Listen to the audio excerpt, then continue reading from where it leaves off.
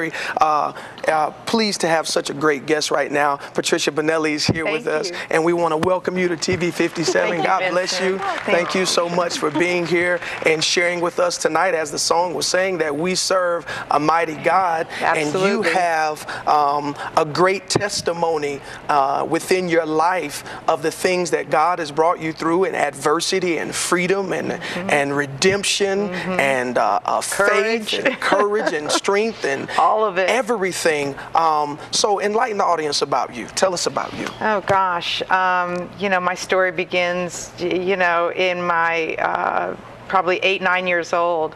I was adopted and by a family that did not have the wherewithal to care for me. So I was very young in a San Francisco area and found myself providing for myself at a young age. And as people often do when they're youthful and without skills to, you know, lifestyle skills as to how to live a proper life, no role models or that sort of thing. Today it would be called neglect. Back where I came, in the day when I was growing up, it was just the way it was. Hard knocks. Exactly, hard knocks, that's right. And you pull up your bootstraps and do the best you can. And unfortunately, a lot of what I did wasn't very good, you know. The best I could was not good enough. And I found myself in harm's way. And I found myself with people that did not have my best interest at heart by any means. And I was with the down and out. I was, you know, with the people that survived, and it was all about survival at any cost. You know, so my face met the concrete a few times, you know, before I was able to get up and stand on my own 2 feet and know how to live a right life, how to live a life that had not only purpose but conviction. And I'll have to just backtrack a moment and say all the time I was struggling and I was getting hooked up with this guy and that guy and put on the street to do this and that, and all the things that happened to me in my teen years when I really just thought I was doing what I was doing to save myself from a beating, okay? You know, because again, we're just in the survival days of, you know, getting through one day to get to the next. I knew there was something bigger. I knew there was something better. I knew there was something greater. I knew there was something in me connected to my core. I didn't know what it was. Well, your book is titled, and it has the topic here, A Story of Breaking Free. And it's so interesting that you share and you're so open and transparent with your story. All of us at some point in life have to break free. Yes. There are strongholds and vices and weaknesses and things that you know, iniquities and sins and transgressions and bad choices and all of the above, generational things that are handed down to us. That we all have to break free from. And the great thing about it is that you say that there were some choices that you made and you did the best, but at the time it wasn't the best. But isn't it a praise moment and a rejoicing moment that you can say from where you once were to where you are now, that you actually broke free. And I, you know, sharing with you a little bit before the set, it's amazing now you're helping people in a way get free. Exactly, and I'm really loving that you said that, because we absolutely all today, we could be sitting in the comfort of our living room with our best made life, and we could be really concerned with what the neighbors think or how it looks to so-and-so or how it's going to be seen by such and such. So superficial. And it's the same thing. Bondage is bondage. Suppression is suppression. Oppression is oppression. It can be, you know, in the survival of, you know, the bare bones raw inequities that I was living with, or can be in the comfort of having all too much. The blessed thing about you is that you're willing to step beyond the, oh my goodness, I don't want to put myself out there to help somebody else, because many of us, we travel through things, which I believe many times we experience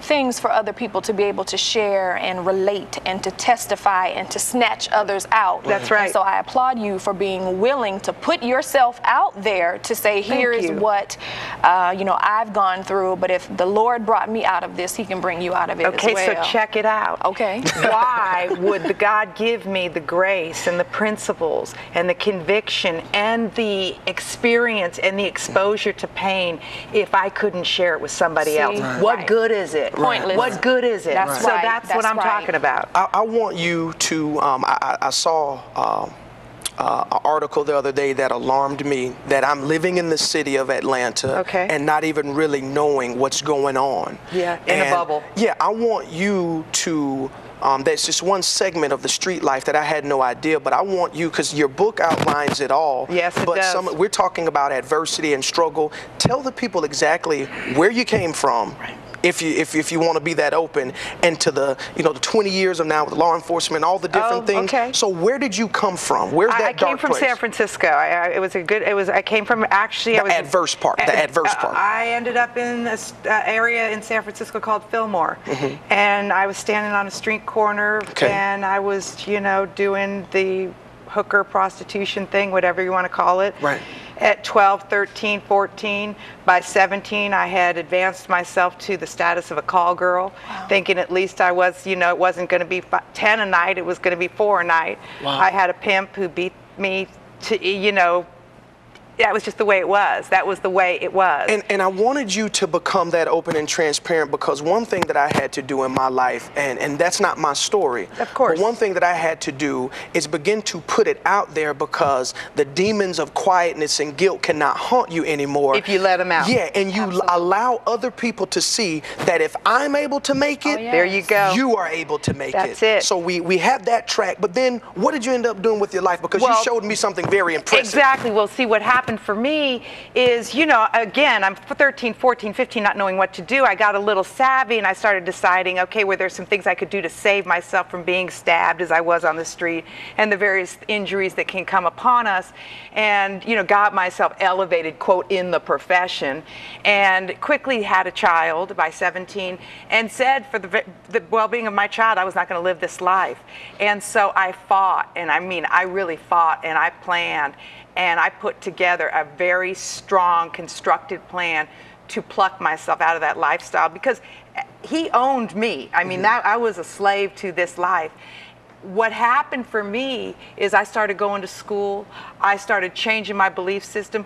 I was in a hotel room where I lived. I did not come out for fear of him finding me or someone telling him where I would be. And in that hotel room with my infant child, I pulled out the Bible. And in looking at the Bible, I thought, well, maybe, this is what people do before they kill themselves. That's why they're in hotel rooms. I'm just about there. Let me pull out the Bible and open it up and take a look at it. And I just went to Matthew, straight to Matthew. And now I know I went to Sermon on the Mount, but I'm looking at it and I'm thinking there's red and there's black, and what's all this mean? And I went to one of the women doing the housekeeping, a Hispanic gal, and I said, there's a Bible and there's some black and then some red, what's it mean? And she said, well, red is when Jesus is talking. And I thought, oh, that's so cool, Jesus is talking. And I'm like really reading it like I'm eating it. It's sustenance for my soul. I'm like picking it up.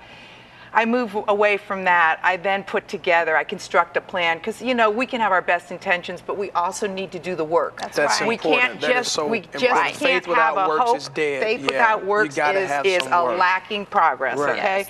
So we can have our best intentions if we're not putting ourselves out there. So I said I'm going to go back to school. I never graduated from high school. I had to get into remedial classes, and then I got my associate's degree, my bachelor's degree. Found a man that was really, just very beholding to, where I had been, and very, very friendly in terms of acceptance. Had 3 more children, and I became a correctional officer. And wow. I started working with high-risk offenders in San Quentin, and did the sentencings for people that were looking at 25 years to life. 3 strikes law had just come into effect in California. And I started working with the hopeless in the capacity as a hopeful with a badge, going into courtrooms and talking about tough love and talking about redemption. Wow. You took the words out of my mouth. I was just about to say, if that isn't redemption, if that isn't the whole cycle turned around, and you said something that's very imperative, and I hope our listeners and our viewers tonight are able to grasp this. No matter where you are in life, some of you may be able to relate exactly. Some of you may be able not to say, wow, your jaw's on the floor, because they may not understand or be able to relate. but everybody is in a place where they can be redeemed. Right. If they put forth the effort, like you said, put forth a plan. There were some natural things, there were some spiritual things, coming into the understanding of the Lord, reading, you know, like you said, you like the Jesus, reading the words of Jesus, too. And all of the things, being diligent. But the one thing that I like that you said, you know, you were aggressive about it, or vigilant, and the Bible lets us know that the kingdom suffereth violence, but the violent taketh by force. Right. And no one is going to give you anything in life but a hard time and a bunch of lies. But if you want better in your life, you need to be able to be dogmatic about it. And you have this great resource. How can people, for one, contact you, and for two, because I know there's some different women's groups and women's shelters and different things in churches. I speak at battered women's groups. I actually go into the jail and speak to young people in custody now. How can we contact you? My website, www.patrcia.com. Give that to us again.